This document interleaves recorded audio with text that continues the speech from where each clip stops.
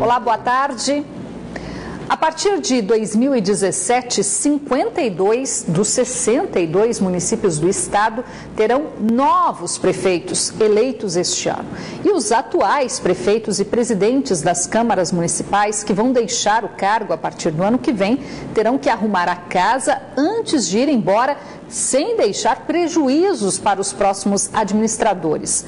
A recomendação é do Ministério Público do Estado, que está acionando os promotores do interior para acompanhar de perto as mudanças na administração do Executivo e do Legislativo dos municípios. O Ministério Público tem recomendado aos seus promotores que acompanhem de perto o processo de transição de um prefeito para o outro. Isso também vale para os presidentes das câmaras de vereadores. É que nos últimos anos, a cada mudança, a herança deixada ao novo gestor era apenas a dificuldade de fazer administração. Eu acho que a destruição de documentos é uma situação muito comum no interior. Verifico também a questão do não pagamento de servidores públicos. Já deixa para o prefeito que está entrando uma dívida insuportável. Ele passa praticamente o primeiro ano da sua administração pagando servidores atrasados. Então, eu creio que essa situação nós temos de algum modo que proibi-las. Alguns municípios já saíram na frente e assinaram um termo de ajustamento de conduta para deixar as planilhas em dia ao novo administrador. Já temos alguma experiência, até o promotor já firmou um termo de ajustamento com a prefeitura, onde há um compromisso de abertura das contas, saber o saldo bancário, o patrimônio, os documentos todos sendo repassados antecipadamente, uma equipe de transição. Dos 62 municípios do estado, 52 terão novos prefeitos a partir de 2017. A preocupação do Ministério Público do Estado é saber se o atual prefeito vai deixar tudo organizado para o seu sucessor. Aqui no Amazonas, apenas 10 prefeitos foram reeleitos, mas a recomendação do MPE é para todos eles.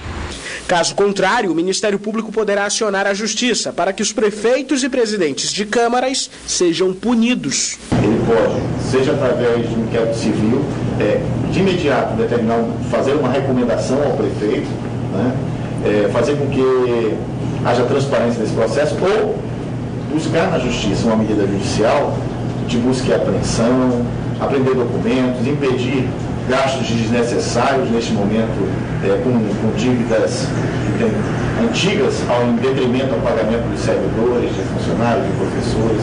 Eu creio que esse é fundamental nesse momento.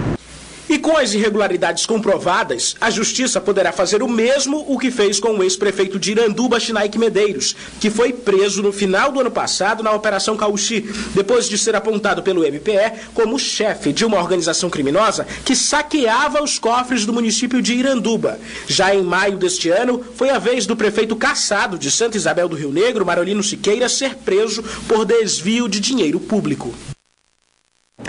Servidores contratados em regime especial temporário pela Secretaria de Estado de Saúde participaram de uma audiência esta manhã na sede da Defensoria Pública.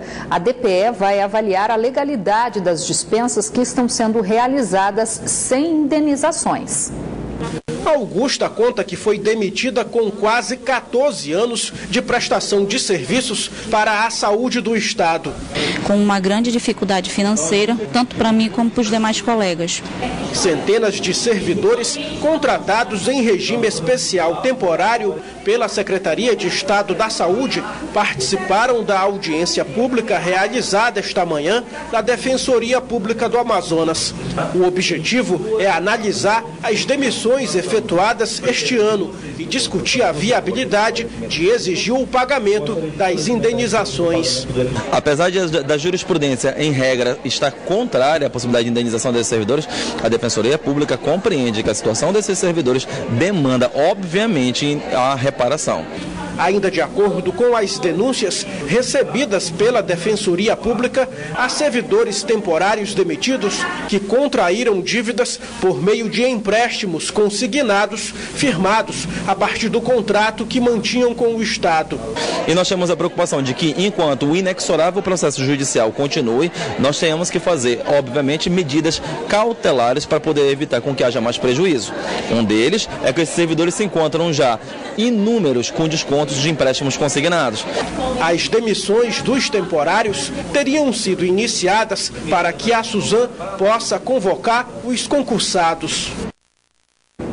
Por meio de nota, a Secretaria de Estado de Saúde informou que, com relação aos servidores do regime especial temporário, a Suzam está seguindo recomendação do Tribunal de Contas do Estado, que vem reiteradamente julgando ilegal os vínculos contratuais temporários, bem como os questionamentos dos demais órgãos, como o Ministério Público Estadual, que requerem o chamamento dos profissionais aprovados no concurso público. Com relação às indenizações, a Suzam está trabalhando em parceria com a Procuradoria-Geral do Estado, a fim de estabelecer quais direitos são devidos aos temporários desligados. A chuva que atingiu a capital neste domingo prejudicou muitos candidatos no segundo dia de realização das provas do Enem aqui em Manaus. De acordo com o INEP, o Amazonas foi o estado com maior índice de abstenções do país. Ao todo, os faltosos representaram 37,38% dos inscritos no estado. O gabarito será divulgado na próxima quarta-feira e o resultado final do exame está previsto para o dia 19 de janeiro. Espaço disputado para se abrigar da chuva, debaixo da árvore, no sobradinho de construção, mas não teve jeito. Muita gente chegou molhada nos locais de prova. Saí cedo de casa, cheguei em cima da hora. Mesmo assim, ainda chegou hoje toda molhada, né? Verdade. A chuva que atingiu Manaus na manhã de domingo não impediu a Alexiane de fazer o Exame Nacional do Ensino Médio. Afinal, foi um longo período de preparação. A preparação foi o ano todo estudando muito, né, para ver se tenho uma boa nota e futuramente estar numa universidade. Vai cursar o quê? Eu cursar engenharia florestal. Faltavam alguns minutos para a abertura dos portões, quando coordenadores do INEP, que estavam monitorando os locais de prova no Centro Integrado de Comando e Controle, permitiram que os alunos entrassem nas escolas antecipadamente em razão do mau tempo.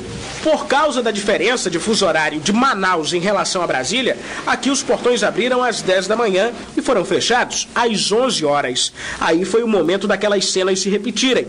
Atrasados, vão ter que esperar pelo ano que vem. Congestionado, cheio de gente. Por causa do trânsito, se atrasou. Isso. Aí eu tive que descer do ônibus, pegar um mototáxi. O Derek chegou 10 minutos antes do fechamento dos portões, mas esqueceu o documento de identificação. Foi 10 horas, acabei de esquecer a identidade, ó. Aí vim correndo e não deu tempo. Mora onde? Moro na Compensa. Nem o mototáxi teve como ajudar? Não, que eu cheguei aqui quase... Cheguei aqui 10h50, já 10 minutos não dava mais tempo. A chuva causou alguns transtornos no trânsito e na rede elétrica. Nessa escola, no Centro Histórico de Manaus, faltou energia logo que os portões foram fechados. Meia hora depois, as provas deveriam começar a ser distribuídas lá dentro. Mas a energia ainda não tinha voltado.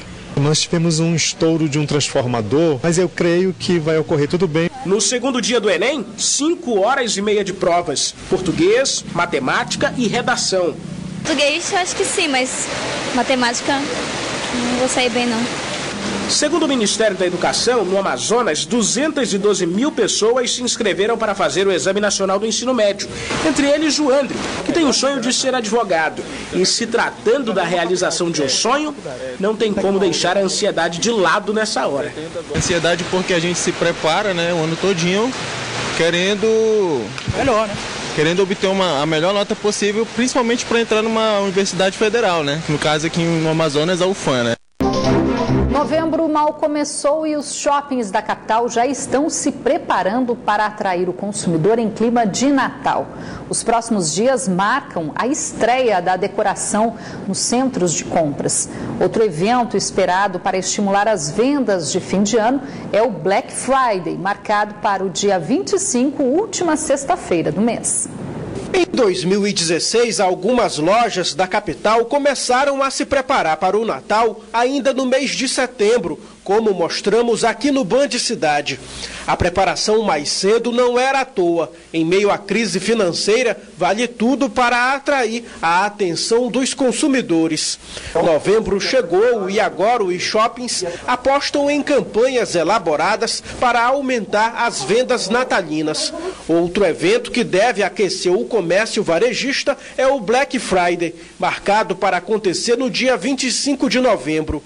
momento em que as lojas reduzem os preços para comemorar o período de compras que vai até o Natal e os clientes ganham descontos em diversos produtos. O superintendente deste shopping, que completa hoje 25 anos de existência na capital, fala da expectativa para as vendas de fim de ano.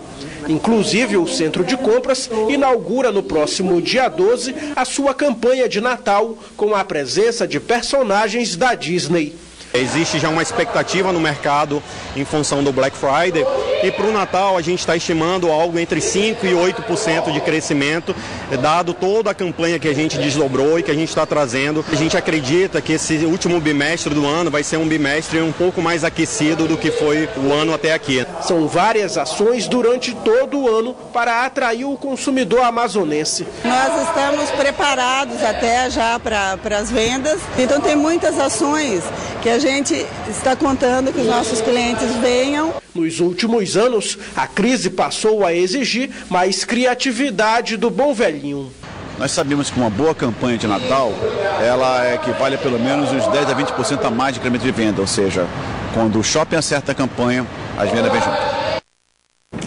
O preço da cesta básica em Manaus voltou a registrar aumento no mês de outubro e agora o estado passa a ocupar a 14ª colocação no ranking entre as 27 capitais onde a pesquisa do DIEESE é realizada. O aumento no mês de outubro em relação ao mês anterior foi de 2,10%. De acordo com o Departamento Intersindical de Estatística e Estudos Socioeconômicos, o DIEESE, 8 produtos pesaram mais no bolso do consumidor. Apenas 2 tiveram queda e 2 se mantiveram com os preços estáveis. A pesquisa aponta que o feijão, com 9,45%, foi o produto que apresentou a maior alta no mês, seguido do óleo, açúcar e do tomate. A carne e a farinha apresentaram redução no preço e a banana e o pãozinho não tiveram alteração.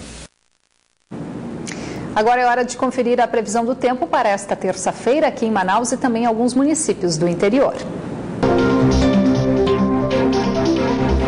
Em Manaus, o tempo fica encoberto, com possibilidade de chuva fraca. As temperaturas variam entre 27 e 30 graus. Em Tabatinga, a previsão é de muitas nuvens, com possibilidade de chuva. Mínima de 25 e máxima de 32 graus. Em Humaitá, o tempo fica encoberto e as temperaturas variam entre 25 e 32 graus.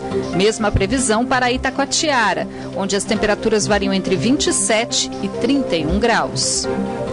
Para estimular a prática jurídica, o Ministério Público do Estado promove de hoje até o dia 11 a 14ª edição do Júri Simulado.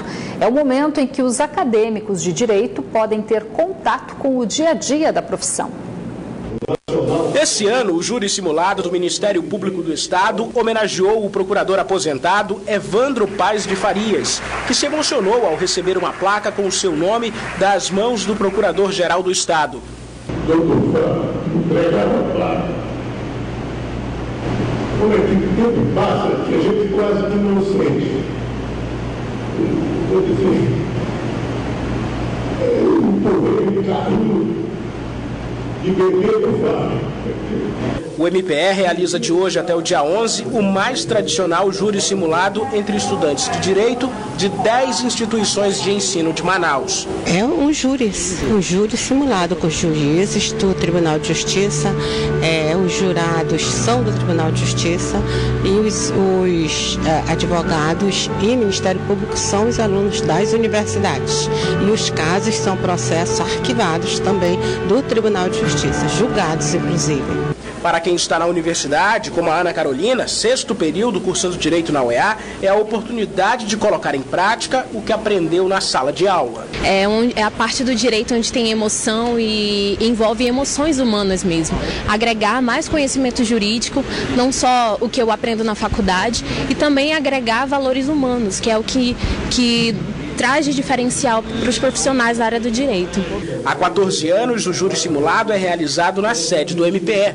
Fomos a instituição pioneira em organizar eventos desse tipo, então é muito gratificante, é o dever também da instituição, do Ministério Público, trazer a comunidade acadêmica, trazer a população para dentro da nossa casa, já que a nossa casa realmente existe para prestar um serviço para a população.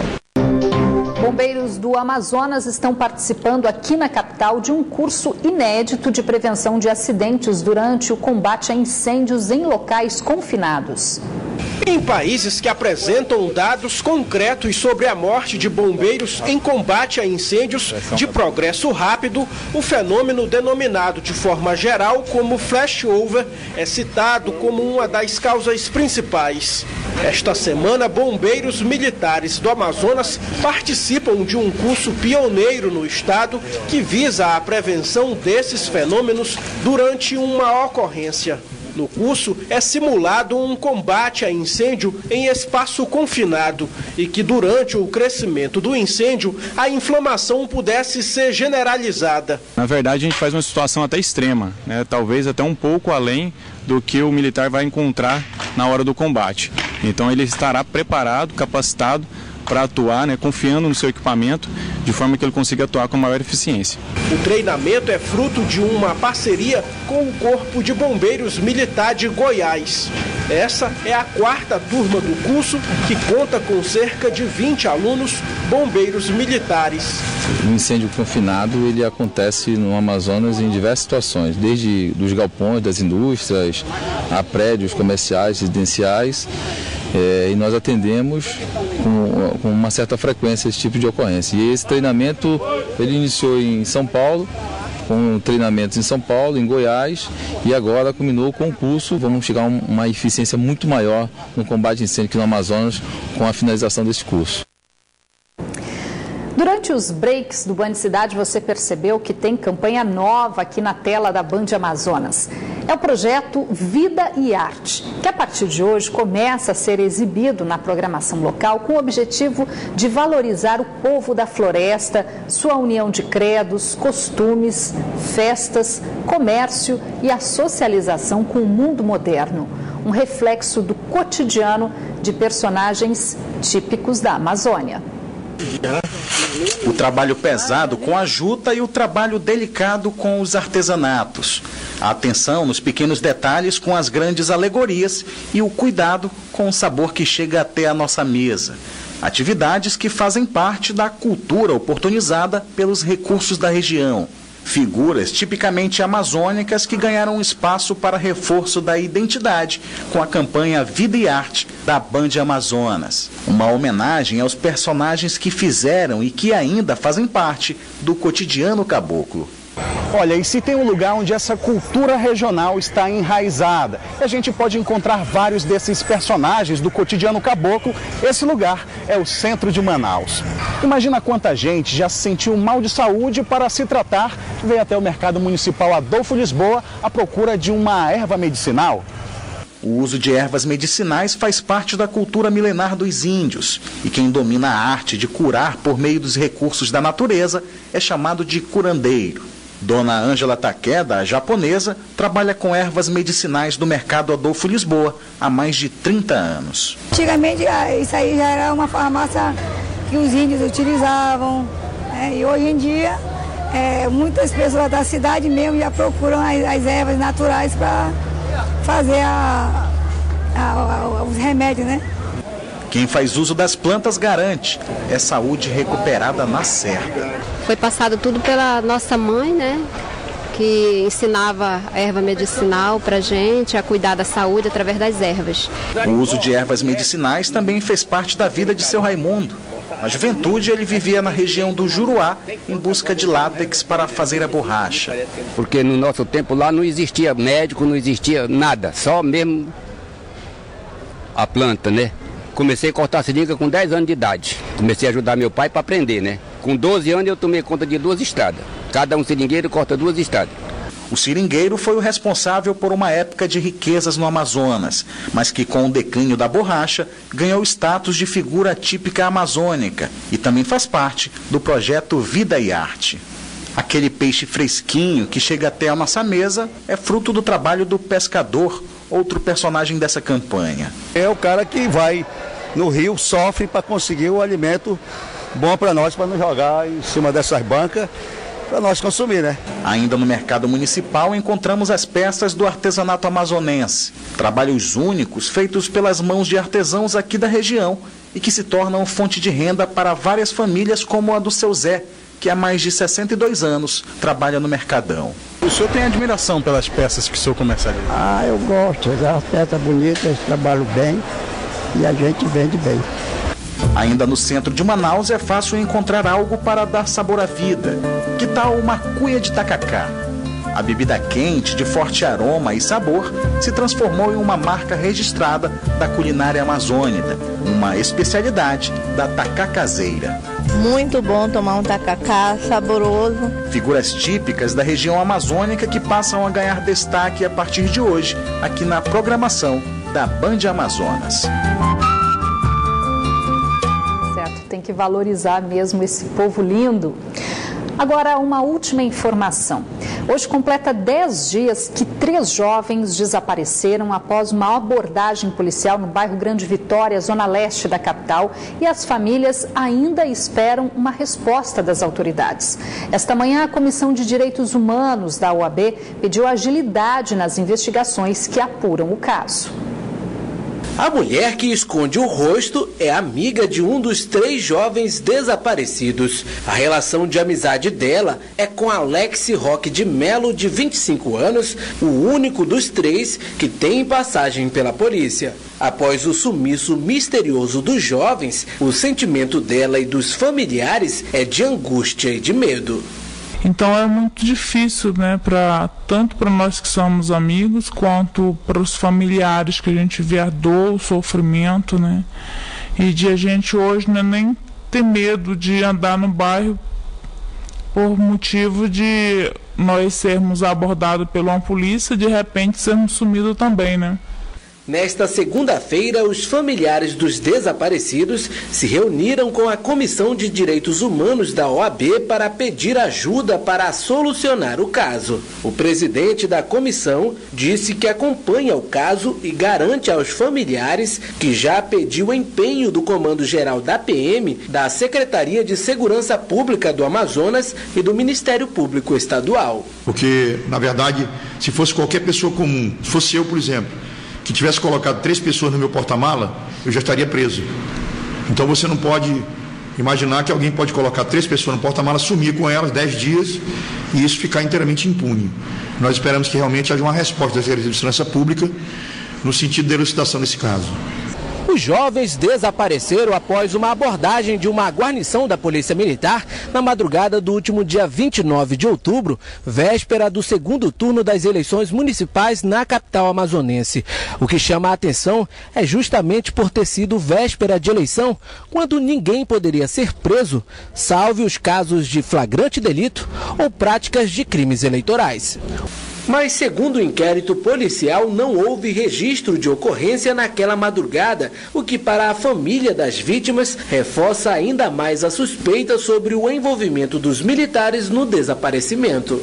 Eu não consigo nem imaginar, nem entender, porque na minha parte foi uma crueldade deles, porque mesmo com essa delegacia daqui fechada de noite, tinha um nono DP no Zumbi. Por que não levaram para lá, né?